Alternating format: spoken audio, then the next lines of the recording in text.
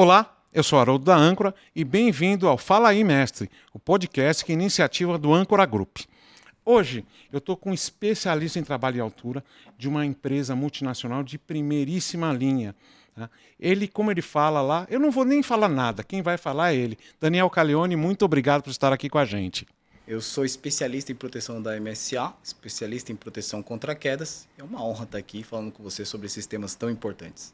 É verdade. Eu conheci o Daniel há alguns anos atrás, num congresso, né, lá em Curitiba, e é onde eu vi aquele monte de aficionados. Vocês são aficionados. Como posso falar, vocês são tudo louco, né? Pela segurança das pessoas. Tá? E aí a gente vem conversando, vem tratando. A gente pode até falar um pouco mais na frente. A gente se conheceu até antes do Covid, veio a Covid, passamos uns apertos aí todos nós. Mas hoje eu estou muito feliz de estar aqui com você. Tá? Eu vou começar te perguntando o que é o SPIC? Né? O SPIC é uma sigla de Sistema de Proteção Individual contra Quedas que consiste em 3 elementos básicos, né, que é o sistema de ancoragem, o elemento de ligação e o cinturão. Então, as empresas adotam, muitas vezes, em último caso, quando você não consegue eliminar o trabalho em altura ou proteger com o guarda-corpo, adotam esse SPIC e com o objetivo de reter a queda do trabalhador para que ele não sofra grandes consequências na sua queda.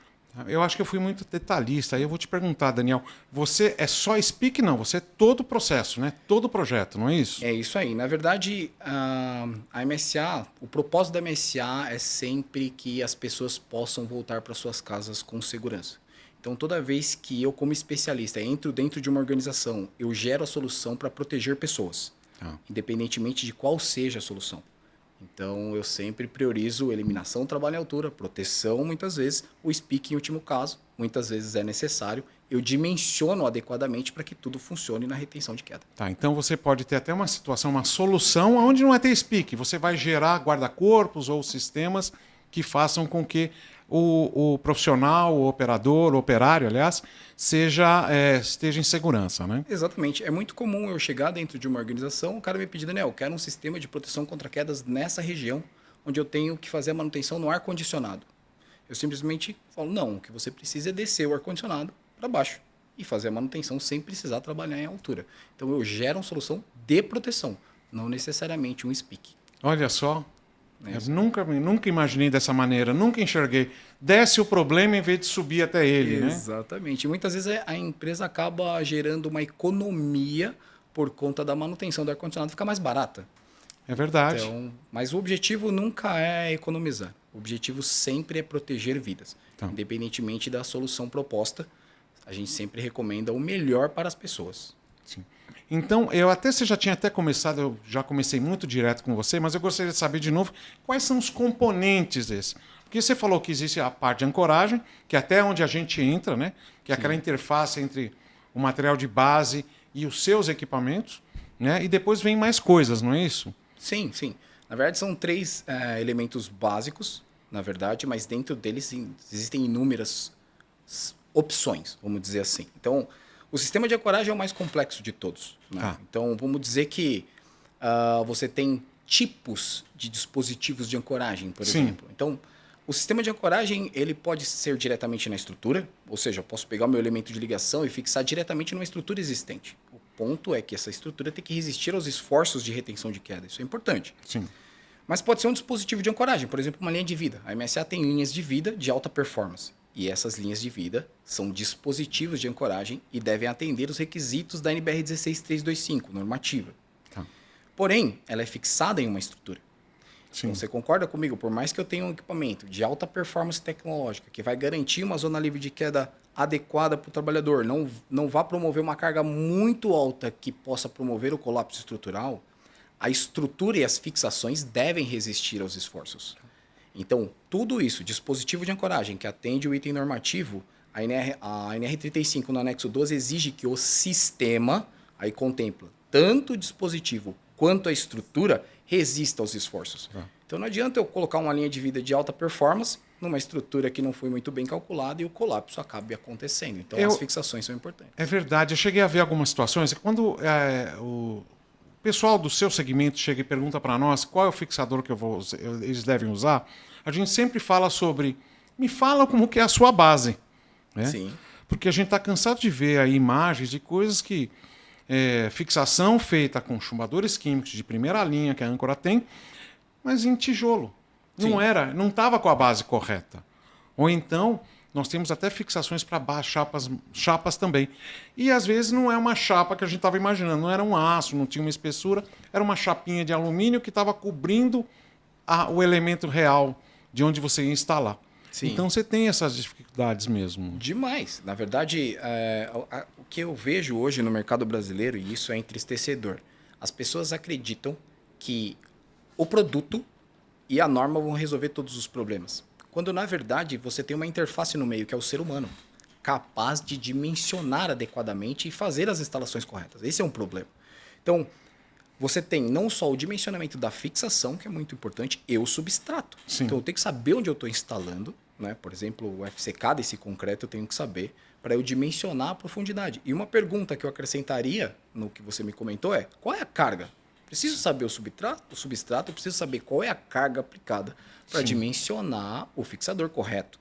É verdade, né? Só que as pessoas não estão fazendo isso. Isso é entristecedor, porque o cliente não tem esse conhecimento. Ele simplesmente compra de uma empresa que ele julga que é especializada no tema. Porém, as fixações estão inadequadas e os profissionais podem cair. Então, o que é um problema? O que eu vejo hoje que é o maior problema no mercado brasileiro é eu preciso de uma RT. É verdade. Isso dói quando você é um prevencionista de fato, quando você faz pelas pessoas. Né? Então, hoje eu estou muito mais sensível à vida porque eu, como você, tive o problema do Covid e eu vi a morte de perto. Sim. Então, eu senti na pele o quanto de falta eu faria para minha família, para minhas filhas. Sim. E eu fico imaginando um pai de família fazendo falta para qualquer família. É doloroso. Eu vi a minha esposa acreditando que eu ia morrer. Então, quando você faz pela vida e você vê um profissional falando, não, eu posso até comentar, o seu sistema está à beira de um colapso. Não, mas eu tenho RT. É interessante isso, né? Porque aí, se acontece uma morte, ele está calçado, né, numa parte jurídica. Mas e na parte moral, e na parte de vida, realmente, né? O pai, pode ser o pai de alguém, ou filho de alguém, sabe? Um arrimo de família. E eu posso pagar mais barato se eu tenho uma RT. E isso é doloroso. Sim. Porque não é isso. Não é pela RT. Porque uma RT não retém queda. Não. Uma RT responsabiliza alguém. Porém, hoje, juridicamente, a empresa ela é responsável sempre. Independentemente da culpa. O contratante, né? Sempre. O contratante. Quem é responsável pelo meio é responsável pelo dano. Direto. Sim. Se a RT salvasse vida, a gente não teria grandes catástrofes sendo, na verdade, calçadas aí, na verdade, sendo, por exemplo, como eu posso dizer, você tem catástrofes onde você tinha uma RT, mas a organização que era responsável por aquele problema, ela está pagando todo o ônus disso. Porque, Sim. independentemente da culpa, ela é responsável. Foi através dela que tudo isso aconteceu. Com os sistemas é a mesma coisa. Por mais que você tenha uma RT, a culpa não é sua, mas a responsabilidade é. Então você vai pagar por isso, tintim por tintim. Tá. A MSA, ela não instala, né?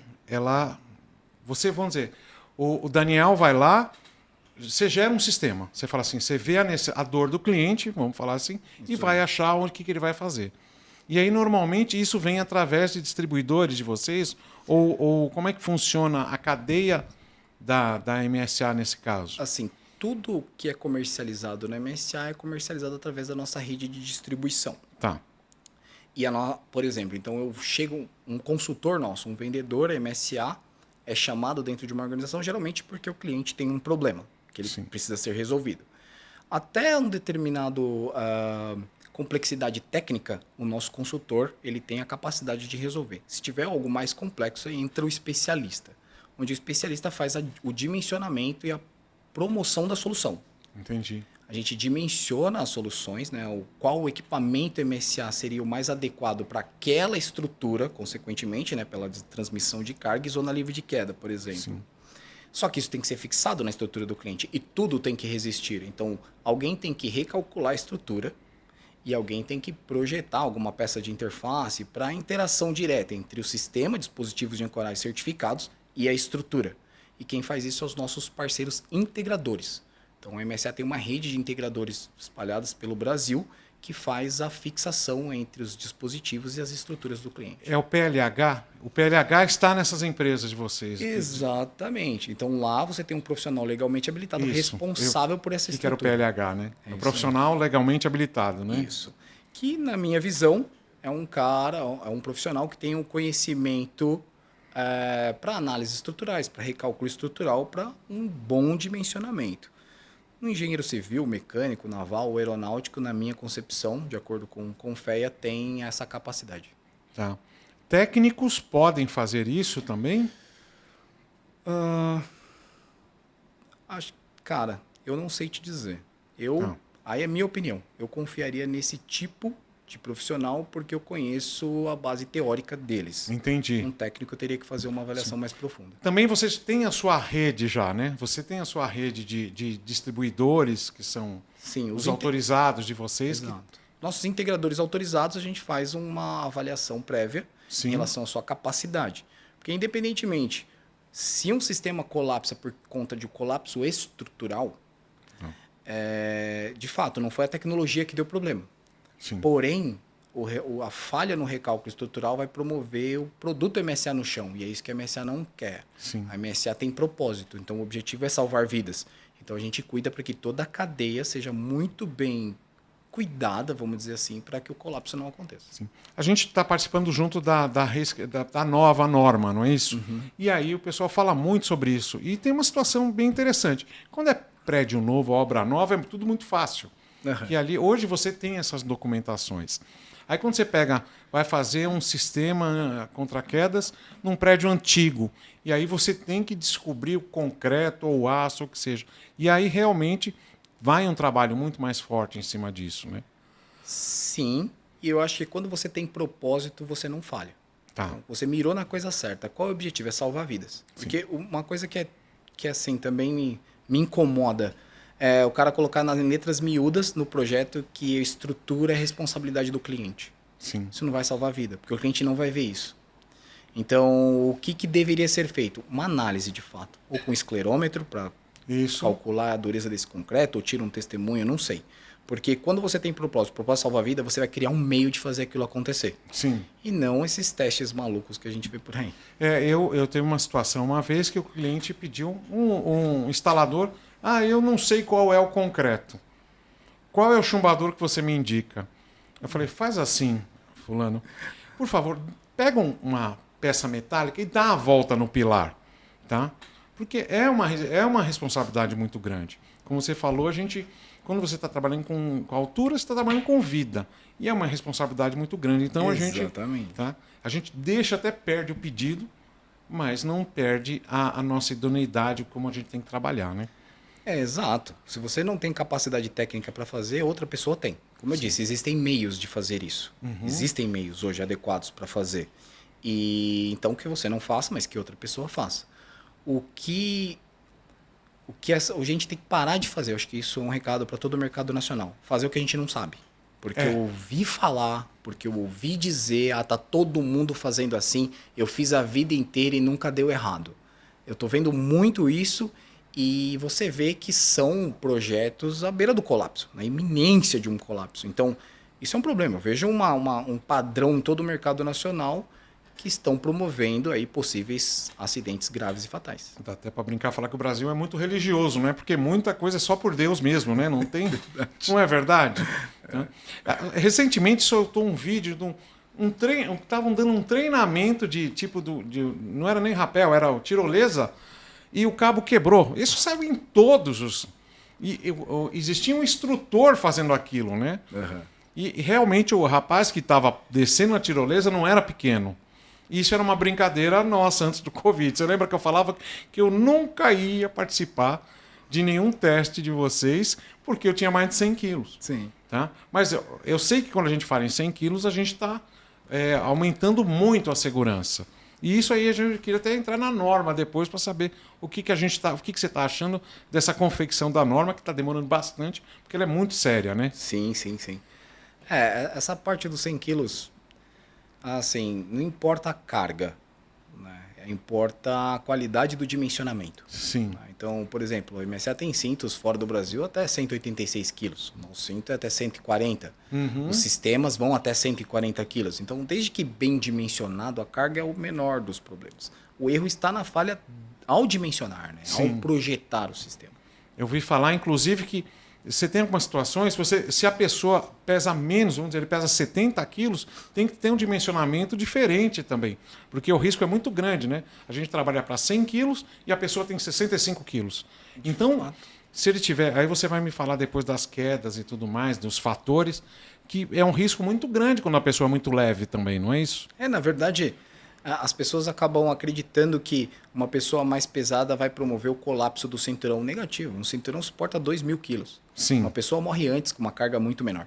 Né? Então, na verdade, a carga maior ou menor, ela gera uma condição de retenção de queda mais abrupta. Sim. Os seus órgãos internos vão sofrer as consequências disso. Na verdade, o seu rim ele é hipersensível ao impacto. Então, se você sofre um impacto muito forte, o seu rim pode entrar em colapso, ele pode ter uma falência e de forma generalizada você acabar prejudicando o funcionamento de todos os seus outros órgãos e acabar morrendo. Sim. Ele é tão vital quanto o pulmão, o cérebro e coração. Então, quando a gente se preocupa com a massa do trabalhador, na verdade não é o cinturão, é o talabarte. É isso mesmo, né? Quanto que ele vai absorver, não é isso? Exato. Então, uma pessoa, vamos supor, um cinturão projetado para 100 quilos, ele tem um curso de absorção. Então, imagina uma pessoa de 100 quilos, que é a massa, vezes a altura de queda livre que ele vai ter, vezes a aceleração da gravidade, você tem uma energia em Joule que o absorvedor tem que ser capaz de absorver. E ele vai absorver através de uma distância, porque energia é igual a força vezes distância. Se eu tenho que manter uma força de 6 kN, que é o máximo de retenção de queda que o meu rim aguenta, então a força constante, a energia de 100 quilos é uma, a distância vai variar de uma forma controlada. Sim. Se eu aumento a massa do trabalhador, consequentemente eu estou aumentando a energia na equação. Eu preciso de uma distância maior. Então, dentro do absorvedor de energia, de um talabarte, ele tem uma fita rígida.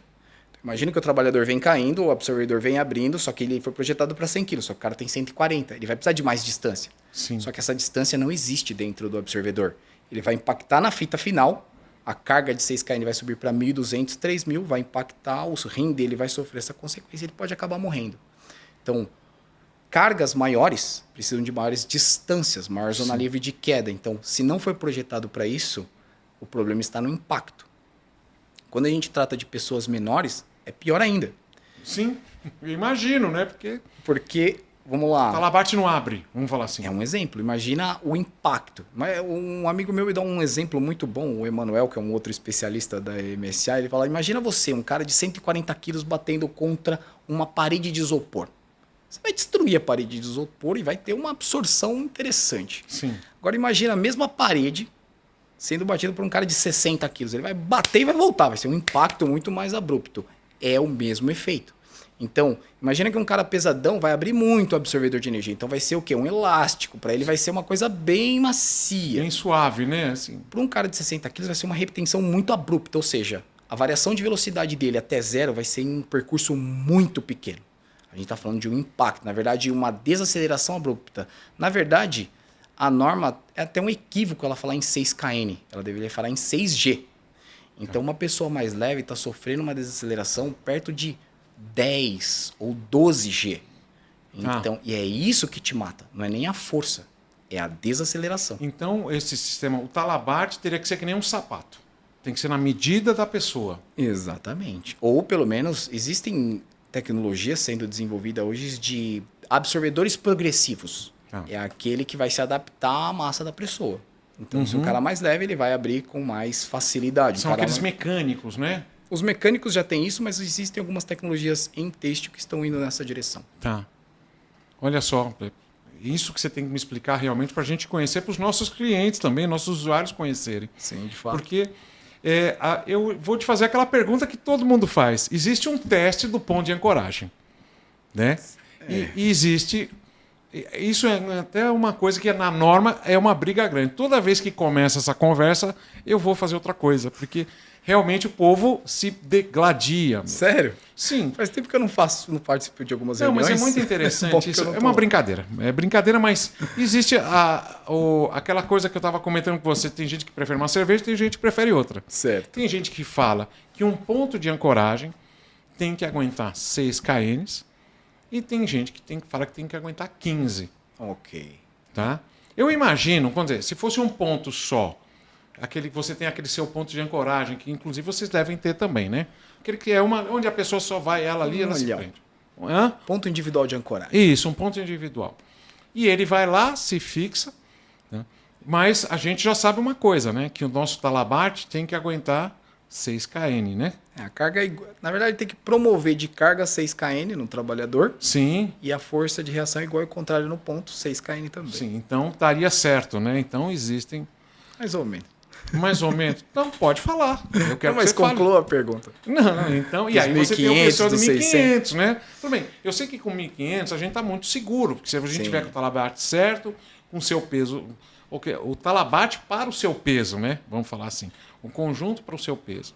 Tá? E aí você vai estar tranquilo, mas eu quero que você fale. Agora fala. Essa eu acho que é a pergunta mais perguntada assim, de todo o mercado. E eu não vejo muitas pessoas respondendo isso com muita objeção, com muita...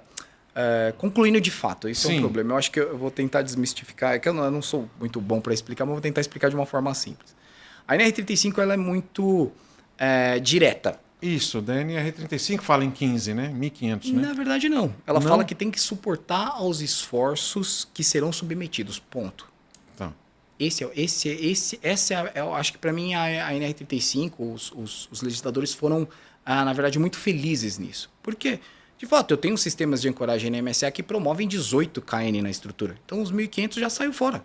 Sim. Certo? Então, a carga que o sistema de ancoragem vai projetar, ou o dispositivo, será a carga que ela vai ter que resistir. Simples assim. Ponto. Da onde vem os 600 kg? Porque é uma carga de reação igual ao contrário de um ponto individual de ancoragem. Da onde vem os 1.500 kg? Da NR18, que era 1.200, virou 1.500 para a operação de balancim. Saiu do balancim. Era NR18, não a 35. NR18 fala em 1.500.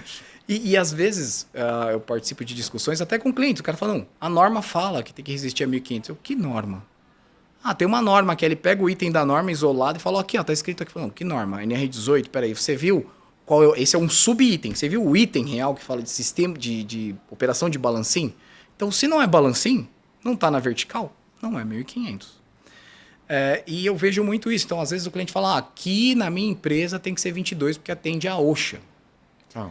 Cara, a OSHA também não fala isso, né? Então, se você vê o item normativo ao pé da letra, ela diz o seguinte: se o sistema não foi projetado, você tem que recalcular ele para 2.200. Se projetado, é a carga da qual vai ser submetida em fator 2. Sim. Então, às vezes, eu vejo clientes que eles querem os 2.200, na verdade é 2.268, porque são 5.000 libras, né? Tá. Ele quer 5.000 libras em fator 2. Cara, não tem estrutura no Brasil. O Brasil ele não tem carga de neve. Então, as nossas estruturas de aço ou de concreto são esbeltas. Não tem como você colocar 2 vezes 5.000 libras. Não tem como você colocar 5.000 quilos num sistema de ancoragem, uma estrutura para resistir tudo isso. Então, esse acho que aí a gente entra num ponto que a gente tem que melhorar. A gente interpreta a norma como quer e a gente quer se apegar às normas para tentar resolver os problemas, quando na verdade está faltando a gente ter calma, sentar, estudar de fato o que realmente vai promover a segurança do trabalhador. Sim. E às vezes o cara, não, eu quero 5.000 libras, eu quero 2 vezes 5.000 libras para atender, só que às vezes você está superdimensionando, estou pegando um canhão para matar uma formiga, onde eu poderia investir em outras coisas. Daniel, já ouvi isso. Já tive solicitações de fixadores, que eles queriam que a gente fornecesse fixadores para 5.000 quilos. Devia ser essa Ocean. É isso aí. Tá? Porque aí tudo bem, o que a gente faz? A gente sai do meia polegada, que todo mundo usa, ou 12 milímetros, e passamos por 18, né? Para o 18 não, perdão, 5/8, 16 milímetros, ou até o 3/4, 19. Mas aí você precisa de mais concreto, de mais profundidade, e realmente... o nosso trabalho aqui é fornecer a fixação que o cliente quer. Sim. Tá?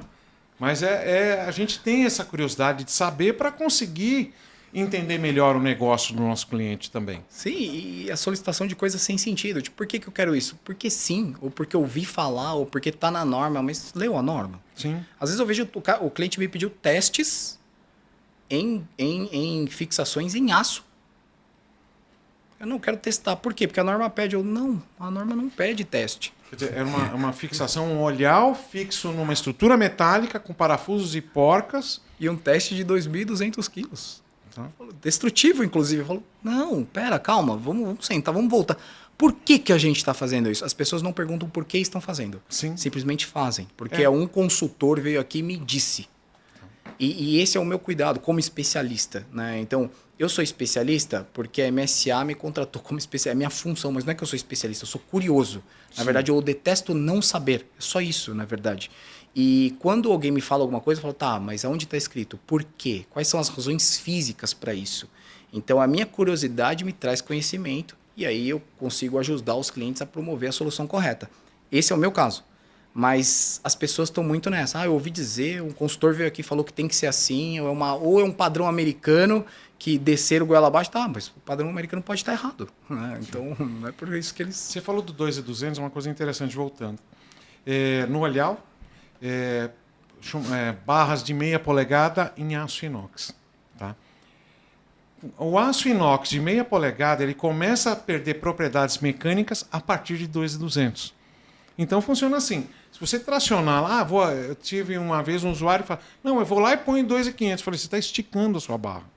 E você está começando a estragá-la. Não encurtando. Vai, né, encurtando a vida dela, sabe? Ela começa, inclusive, a dar aquela solda fria, né? Porque aí depois ele não consegue nem tirar a porca do macaco. Já era. Já foi. Ficou para sempre, só quebrando o parafuso. Quebrando, eu ia falar, é desmineiradeira e caixão. Acabou, Sim. quer dizer, para aquela situação. Então, e isso que nós estamos falando de um ponto. Uhum. E eu acho que o negócio é muito mais complexo na hora que você fala em linha de vida e você passa de uma vida. Você linha de vidas, não é isso? Sim. Porque às vezes você tem um trabalho em cima de um telhado ou de alguma situação de risco, onde não é uma pessoa só que está trabalhando, são mais pessoas. A MSA tem sistemas para 7 pessoas trabalharem simultaneamente. 7 pessoas. Qual é o esforço que tem que ter nas pontas? 18 kN é a carga submissão. A gente recomenda o fator 2, mas tudo vai depender da confiança do substrato. Tá, então é 18 vezes 2, é isso? É isso aí. 32 kN seria o suficiente para resistir de acordo com a nossa recomendação. Mas, por exemplo, o fator de segurança é variável dependendo do substrato. Sim. Por exemplo, eu tenho um sistema de ancoragem que ele fixa como ventosa na fuselagem de um avião. Qual é o fator de segurança que eu preciso ter ali? O substrato é ótimo, porque a confiabilidade daquele substrato é muito boa. O controle de qualidade daquilo é muito bom. Então, eu não preciso de um fator de segurança muito alto. Só que muitas vezes eu tenho uma viga de concreto concretada na obra. Tá. Eu sou civil. Sim. Eu sei como isso é concretado na obra muitas vezes. Então, eu preciso de um fator de segurança um pouco maior. Sim. Então, esses são pontos importantes para garantir. Então, fatores maiores para, dependendo da confiabilidade do substrato. A gente até conversou agora há pouco, que você deu uma volta com a gente aqui na fábrica, e a gente falou que tem um chumbador que é para o concreto usinado. E tem um chumbador para aquele concreto que não é usinado, que às vezes é até feito na calçada, né? Sim. Então a gente tem que tomar muito cuidado na hora que a gente está pensando nisso. Exato. Um ponto que eu vejo, por exemplo, comentando essa parte dos testes, né? Você imagina, se tem um cliente pedindo teste para aço, imagina que tipo de teste eles estão fazendo em fixações de concreto. Nossa, isso existe mitos e inverdades aí sendo disseminada na velocidade da luz no mercado brasileiro. E você imagina que aí tem uma série de empresas muito sérias pensando na segurança, no trabalho, e vão estar sofrendo com uma situação dessa. MSA, Âncora e qualquer outro, até o próprio PLH também, que às vezes ele projeta de uma maneira e aquilo gera um ruído lá no final que acontece, né? Exato. Às vezes eu vejo auditores fiscais solicitando coisas assim, né? Que estão divergentes das condições normativas e a realidade também. Sim. Então, por exemplo, pedir um teste de 1.500 kg numa viga de concreto. Sim. Faz sentido ou não? Tem muitas variáveis aí que podem contribuir com isso ou não. Então, sim. Você falou em fator 2 nesse caso dos 18 kN. Você considera dividir as fixações para fazer isso? Colocar, em vez de ser um ponto de instalação de um chumbador, colocar mais que um? Vocês têm essa... Sim, o PLH tem que ter essa capacidade. Normalmente ele que vai fazer. Exato, Sim. porque a certificação ela vai até o olhar. Entendi. Porque eu não tenho como eu certificar o chumbador, porque ele é variável em relação ao substrato. É verdade. Então, dependendo do substrato, vou ter um chumbador mais profundo, menos profundo, 1 ou 2. Então, já teve situações de eu colocar o meu sistema em uma chapa de aço com 4 chumbadores. Sim. Por quê? Porque eu conseguiria atingir o fator 2 de segurança naquele tipo de concreto mediante esse método. Mas isso foi bem calculado e redimensionado por um PLH. Então, esse é um ponto importante. Você viu que eu estou te botando no fogo, né? Ah. Você está respondendo tudo, né? Muito bom, muito bom. Né? Aí a gente tem... Tá, você foi lá e instalou, fez o seu projeto junto com o seu distribuidor e o PLH e tudo mais. E aí você tem a parte que vai acoplada do operador, do operário, no sistema, como um talabarte que a gente estava conversando. Vocês têm algum processo, algum método de treinamento dessa turma que usa os equipamentos de vocês? Sim, toda solução de proteção contra quedas MSA, ela vai com a entrega técnica da solução. Entendi. Porque o operador, na verdade, toda solução MSA, ela vai em comum acordo com o operador. Então a gente pergunta, quando eu vou gerar uma solução, primeiro eu pergunto, como você faz o trabalho? Porque não adianta eu gerar uma solução que no final, na operação, não dá certo. Porque eu vejo muito isso. Às vezes eu chego para resolver um problema que existe uma linha de vida ali. Só que a linha de vida não atende à operação. Isso é péssimo. Porque no final é aquele cara que vai usar. Então ele acaba não usando o sistema, porque para a atividade dele não funciona, não está perto ou gera um ângulo maior que 30 graus do trava-quedas. Fica tão difícil que ele não tem acesso, né? Exato, porque no fim, a empresa não fabrica segurança. Uhum. Ela fabrica uma outra coisa. Sim. Só que a operação tem que ser segura, mas o objetivo principal dele é operar. Né? Então, toda solução, primeiro, é questionado ao operador como seria o mais adequado para ele continuar fazendo o processo dele com o menor impacto possível. Esse é o primeiro ponto. E depois disso, a entrega técnica. Então, a solução ela vai funcionar muito bem desde que se for usada adequadamente. Então, pensando no propósito da MSA, a MSA tem muito disso. Todos, se você ir no financeiro da MSA, você vai perguntar, cara, qual é a sua função aqui? Ela vai falar para você, salvar vidas. Independentemente do que ela faz na parte financeira da organização, ela sabe, o propósito é salvar vidas. Então, nós sabemos que usar o equipamento adequadamente, o operador tem que estar ciente da metodologia. Então, a entrega técnica é muito importante. Então, sempre o usuário ele faz parte de um treinamento prévio para a utilização dos sistemas. Entendi. Então, vocês olham de ponta a ponta todo o sistema, né? É isso aí. Tudo que for importante para salvar vidas tem que ser executado. Então, se existe aquela situação que o operador, o trabalhador vai trabalhar em cima do caminhão, não é isso? Tem aquela... Então, vocês têm lá e você vai olhar, olha, assim é bom, ele vai estar preso pela frente ou por trás. Eu estou te dando um chute, porque realmente... porque tem os dois tipos, né? Aham. Tem pela frente e por trás, né? Sim. E aí você vai falar, olha, essa situação é boa por trás. Primeiro porque ele pode trabalhar melhor e tem uma mobilidade. Ou então é melhor pela frente, porque é o tipo de situação. Então você vai gerar... Exatamente. Olha só. Por exemplo, dependendo da operação, a ancoragem dorsal ela vai muito melhor. Sim. E a ancoragem de peito, dependendo da operação, eu estou subindo uma escada, é muito melhor. Isso, é variável tá em aqui, relação né? à atividade. A NBR 16489 te dá as vantagens e desvantagens de cada ponto e eu recomendo a leitura para quem estiver nos assistindo, que é uma literatura muito, muito interessante. Fala de novo, então. Pode até falar olhando lá. NBR 16489. Tá, ótimo. Então, NBR gente, não perde, hein? São as 200 páginas aí, uma leitura deliciosa de final de semana. Eu leio Norma na praia, eu adoro. É porque é o seu negócio, né? Eu pego também, às vezes pego aqueles EADs de fixação europeia e fico lendo. Delícia, né? Eu adoro aquilo, eu acho muito legal. Minha esposa olha pra mim e fala, só pode ser maluco mesmo, né? Mas eu gosto. Aí você tem que lembrar, isso aqui, ó, que paga as contas. Eu leio o manual, né? Da batedeira. Eu comprei a batedeira, deixa eu ver o manual. Acho que só eu faço isso. Não, aí também não força. Esses dias eu comprei uma televisão. E a televisão agora tem o manual e tem o manual rápido, né? A melhor coisa que aconteceu foi o manual rápido cheio de pictogramas, de desenhos. Aí rapidamente você já resolve a situação. Né?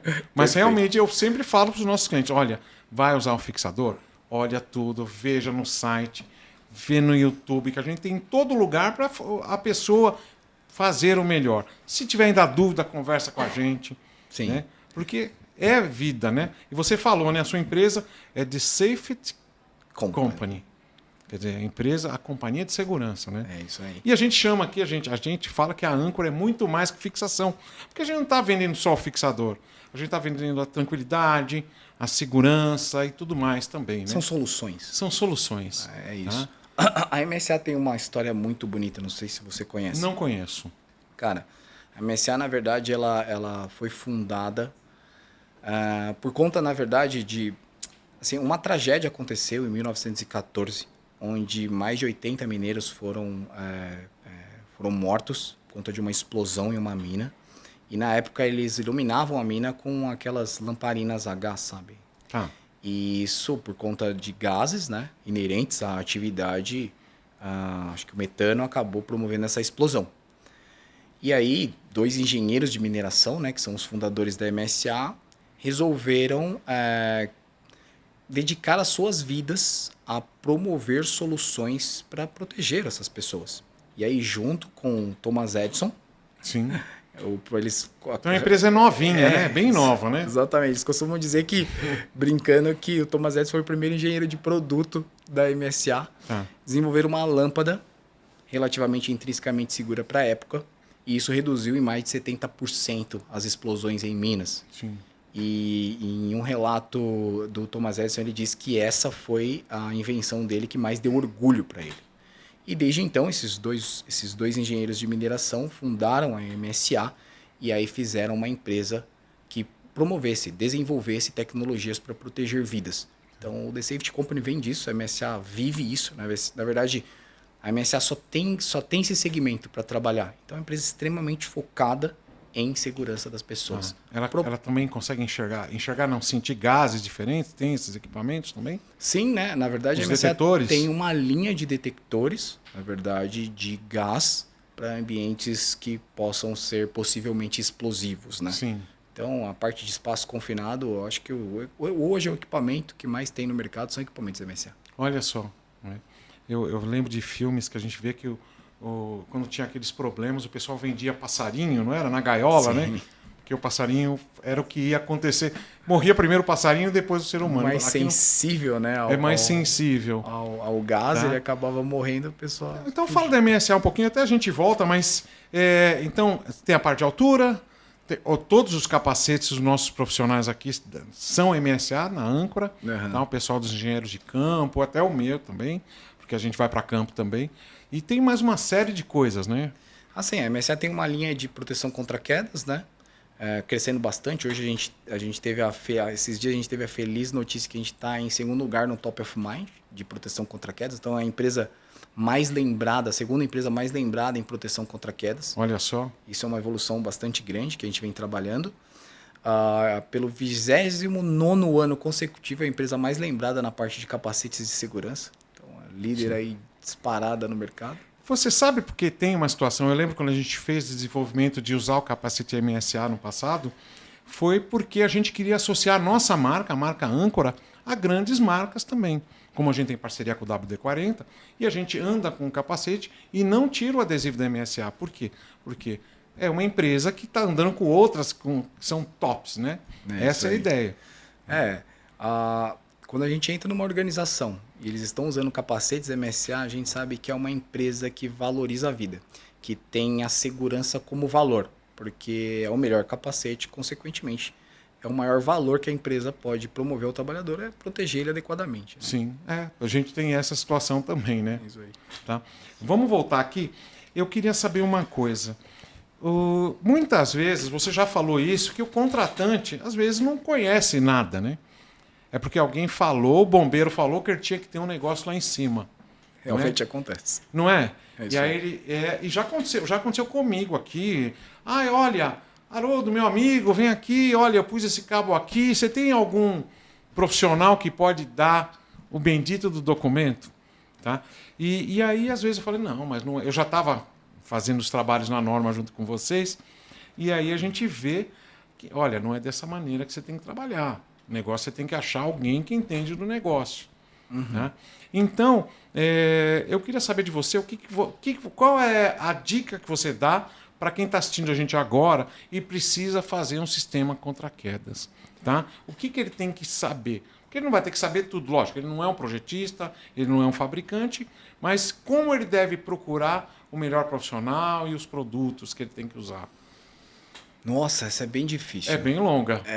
Porque assim, eu acho que a primeira coisa, assim, é uma área muito complexa. De fato, não são todas as pessoas que dominam isso. Mas eu acho que a pessoa, o prevencionista, né, o tomador de decisão dessa organização que precisa de uma solução como essa, primeiro ele tem que procurar uma empresa que tem a vida como valor, a segurança como valor, que faz pelas pessoas. Porque tem aquelas empresas, eu acho que isso atrapalha um pouco, que é o cara que quer emitir a nota.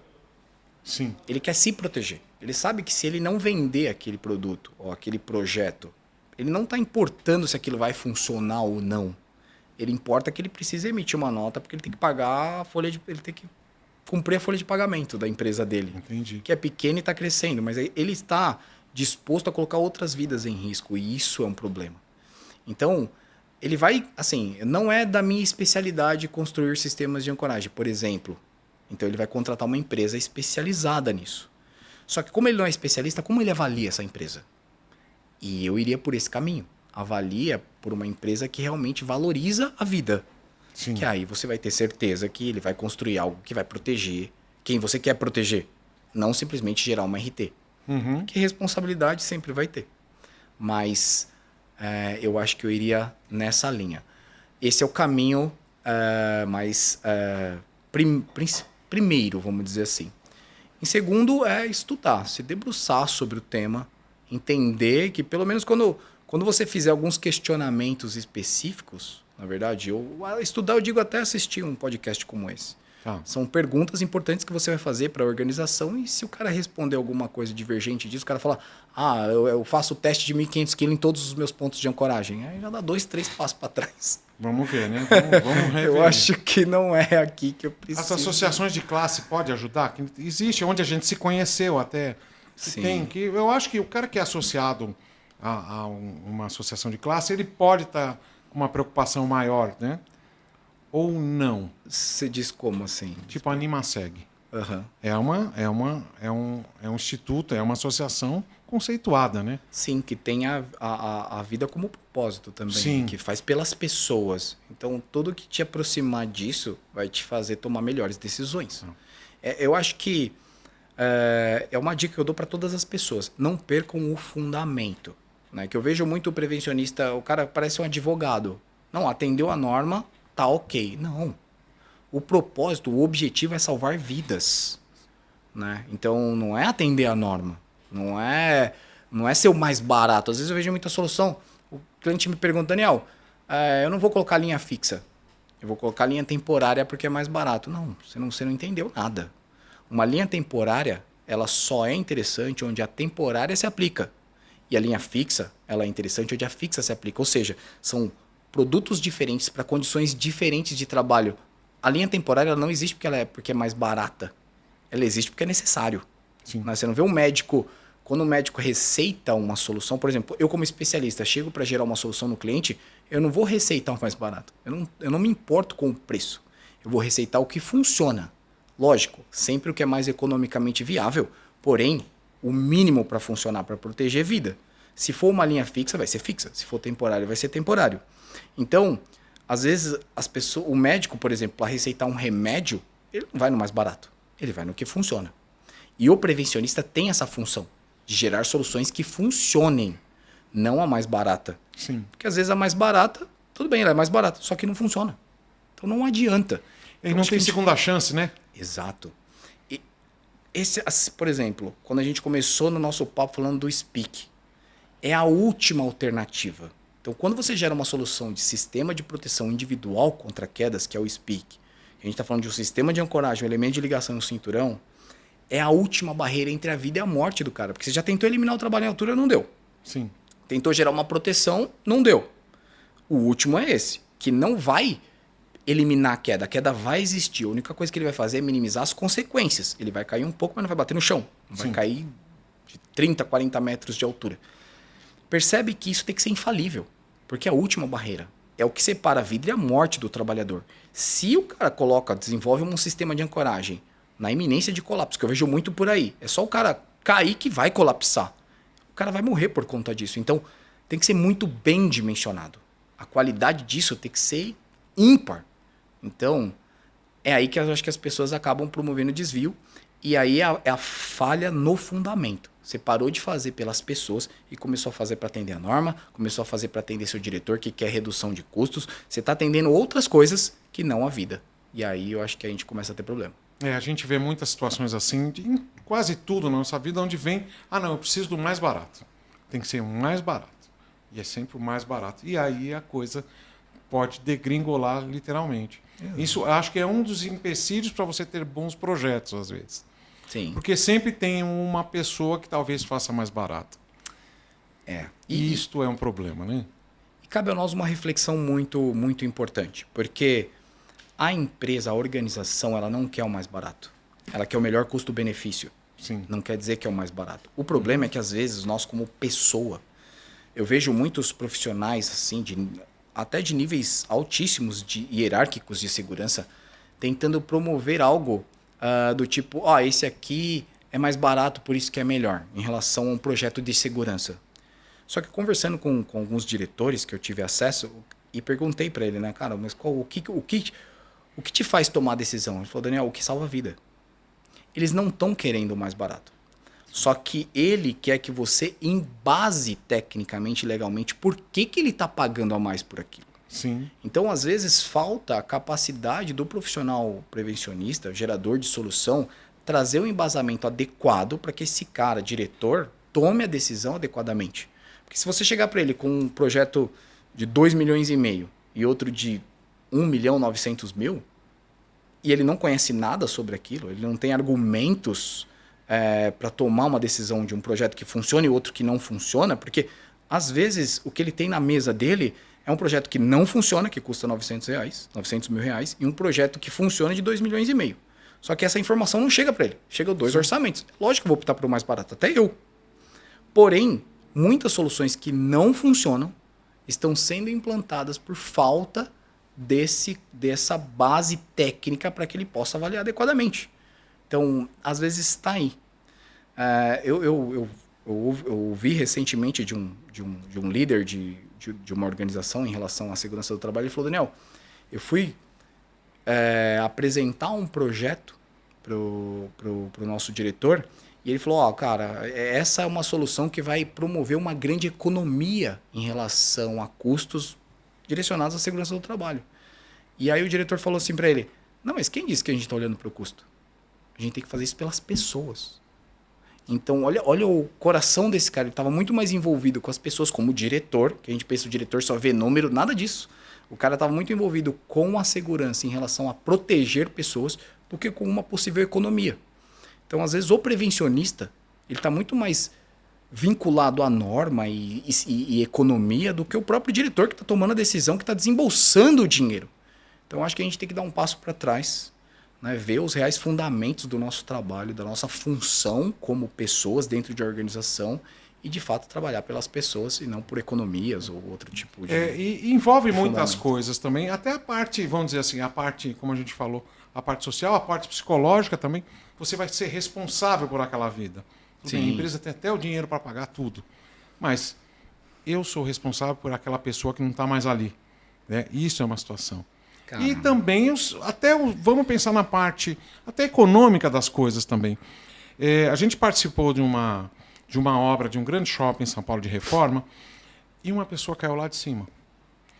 Bom, tem todo o problema social, da família, mas até do próprio diretor da empresa, mas a obra, por função disso, ficou parada meses, porque aí entra justiça, entra a polícia, entra essa série de coisas. Então você tem uma série de coisas que você tem que visualizar. Ótimo, a gente está pela vida, mas existem algumas coisas que estão em volta também. Eu acho que, por exemplo, o ideal é você mapear o seu superior primeiro. Sim. Tem cara que é movido a número, você vai entregar números, você vai entregar economias para viabilizar o seu projeto, mas o seu fundamento é muito claro, estou fazendo pelas pessoas. Estou apresentando números porque eu vou aprovar projetos que vão salvar pessoas. Acho que isso é importante. E o que você falou, eu acho que é muito coerente. Eu senti muito isso quando eu tive o problema da Covid, né? Então, cara, eu passei 10 dias no hospital e o meu maior medo, na verdade, o que mais me atingiu, por exemplo, quando a gente perde um trabalhador e a gente pensa no trabalhador. Só que quando eu estava ali naquela, entre a vida e a morte, e a única coisa que eu conseguia pensar era como ia ficar a minha família. Eu acho que isso é doloroso. Sim. Eu faço tudo pelas minhas filhas, eu faço pela minha família, pela minha esposa. E imaginar a vida delas sem mim, assim, sem a proteção de um pai ali, ou imagina, eu fico imaginando a minha família sem o cuidado da minha esposa. Nossa, é destruidor, é arrasador. Sim. Então, cara, eu mudei o meu pensamento, né? Então, assim, o propósito da MSA é muito inserido na gente, mas eu acho que isso ficou muito mais intenso quando eu passei perto da morte. Então, eu acho que a gente nunca pode esquecer da falta que aquela pessoa pode fazer, não só para a organização, mas para a comunidade, né? Para o meio que ela vive. Então, eu acho que essa seria a linha de corte mesmo de quem trabalha com segurança ou não, cara. Você faz pela vida, você está no lugar certo. É bem interessante, você falou, você ficou internado e tudo mais. E aí eu entro, aquele profissional de saúde que estava cuidando de você, é mais ou menos o que você faz. Quer dizer, só que ele ainda estava na linha de frente. Ele parece que ele tava, seria como se você estivesse junto com o seu cliente, pendurado na mesma linha. Não é verdade? É isso aí. Tá? E imagino que não deve ter sido fácil, mas graças a Deus você está aqui. Graças a Deus. Tudo bem. As meninas vão ter que te aguentar muito. Qual a idade delas? 8 e 9. Ah, então. E você tem muita coisa ainda para passar. Tá? Imagina. Né? Eu vejo suas postagens e falo, nossa, é nesse caminho que eu tenho que ir. Eu quero elas com 20, 30, 40 anos coladinha em mim ainda. Mas não é fácil mesmo. Tá? Deixa eu fazer. Você falou que existem já... você falou de fitas diferentes. Eu falei, não, processos mecânicos de contra-queda, trava-quedas e tudo mais. Aí você tem aqueles descensores. Bom, você sabe que eu sou muito leigo, né? Eu vou do concreto até o concreto. Até a peça. E vocês têm. O que vocês têm aí que vai acontecer mais para frente de inovações? Tá? A eletrônica entra na coisa ou ainda é muito mecânico? Bom, me dá as inovações que você prevê aí para frente. A MSA é uma empresa de desenvolvimento tecnológico, né? Então, nós temos produtos que não existem nem normas para isso. As pessoas às vezes começam a falar, né? Cara, mas vocês têm um produto, mas não tem nem norma. Mas é normal. Primeiro vem o produto, depois vem a norma. Né? Então, por exemplo, o MSA tem uma linha de pequenos retráteis, né? São mini retráteis que hoje você utiliza como um talabarte. Tá. Então, é um talabarte retrátil, na verdade, que minimiza a zona livre de queda necessária para proteger a vida. Você usa um talabarte convencional, você de 4 metros ali para o cara não bater no chão. Sim. Como é que você sobe uma escada com esse equipamento? Como é que você trabalha 2,5 metros? Uma pessoa que cair 2,5 metros, ela pode até morrer. Então, como é que eu protejo um profissional que está em baixas alturas? Então, a MSA hoje tem esses equipamentos. Outra atividade muito comum no Brasil, que na verdade é o contato do elemento de ligação com bordas afiadas. Sim. Cara, isso é crítico. Principalmente no Brasil. Porque assim, você tá lá nos Estados Unidos ou na Europa, que tem carga de neve, o telhado, a cobertura é muito resistente. Então, um profissional, quando anda ali em cima, é como se fosse uma laje. Então, onde está o risco de queda? Está na borda.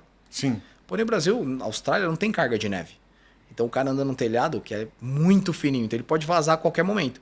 Se ele vaza... Então, imagina que um profissional nos Estados Unidos, o risco é da borda. Então, ele restringe a queda da borda, ele está protegido. Um profissional no Brasil, como eu já trabalhei muito em telhados, eu sei a dor que é, ele pode vazar a qualquer momento. Só que quando ele vaza, o elemento de ligação tem contato com uma borda afiada, que é a terça. Sim. Imediatamente a terça a estrutura após a queda. Isso promove o colapso, mesmo sendo em cabo de aço. Então a MSA tem uma tecnologia que chama Leading Edge, que a gente chama, que é uma tecnologia projetada para não promover esse corte. Então, mesmo que seja uma chapa fina de 0,5 milímetros, aquela lapiseira 0,5, uma faca mesmo, ela nunca vai promover o colapso e ainda vai proteger o trabalhador. Então, hoje nós temos essas tecnologias, são inovadoras, já é muito bem difundido nos Estados Unidos e na Europa, está entrando no Brasil com bastante força. E aqui seria muito mais importante, como você próprio falou, né? Exato. Os telhados são diferentes. Sim, sim. Lá é muito comum na construção civil. Sim. Porque eles têm aberturas de piso, então o profissional ele pode cair em relação à borda, ele fica muito perto da borda colocando aquelas proteções, então lá é muito comum para a construção civil, mas aqui qualquer cobertura você deveria usar essa tecnologia. É muito comum aqui o pessoal usar aqueles trava-quedas de corda, como bloqueadores mecânicos e corda. Sim. Cara, imagina uma corda, uma força de 600 quilos ou mais, numa quina de uma terça. Vai cortar como se fosse uma manteiga. Olha só. Não vai resistir. E esse equipamento vem para promover a segurança nesse ponto. Tecnologias do tipo de detecção, né? A MSA tem aí muita tecnologia. A MSA tem uma nova modalidade de negócio que é o MSA Plus também, que está sendo lançada. Então tem muita novidade por vir aí. Olha, eu tô triste porque a gente vai acabar. Mas eu acho que você vai ter que vir de novo. Vai ter que vir de novo. Com né? certeza. A conversa aqui com certeza é longa. Eu já aceitei o convite. Já está aceito, né? Isso aí. Tá? Ainda bem que você veio. Hoje foi dedicado para você. Então, normalmente eu faço uma pergunta para você e aí eu faço o nome do nosso podcast. E você me dá uma frase de efeito para o nosso público, para o seu público que está ali. Que desafio, hein? É assim. Aí você vai falar sobre o seu negócio, sobre a segurança, você vai definir, tá? Então, Daniel Caglione, fala aí, mestre.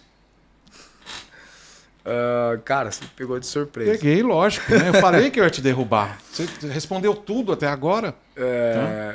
Em relação à segurança? Pode ser. Você Vamos que lá. resolve. Na verdade, um recado para todos aí que estão nos assistindo, e eu acho que a gente já falou sobre isso, é o propósito. Façam pela vida das pessoas.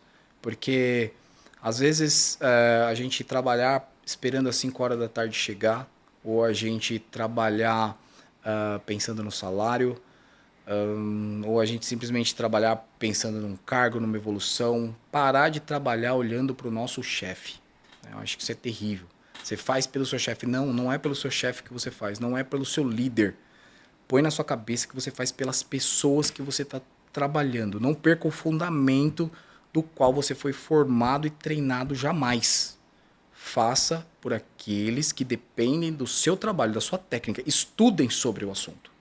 Se debrucem sobre o tema. Para de fazer o que o seu chefe está pedindo. Explica para ele que a sua função está diretamente relacionado a salvar aquelas pessoas do qual ali está diante das suas atividades. Acho que esse é um recado bastante importante para qualquer prevencionista aí que estão nesse mercado brasileiro. Daniel, muito obrigado. Muito obrigado mesmo. Tá? Haroldo, foi um salutar. prazer. Foi vida e você vai voltar de novo. E eu quero agradecer vocês que estiveram com a gente até agora e aguarde os próximos episódios do Fala Aí, Mestre, o podcast do Âncora Group. Até lá.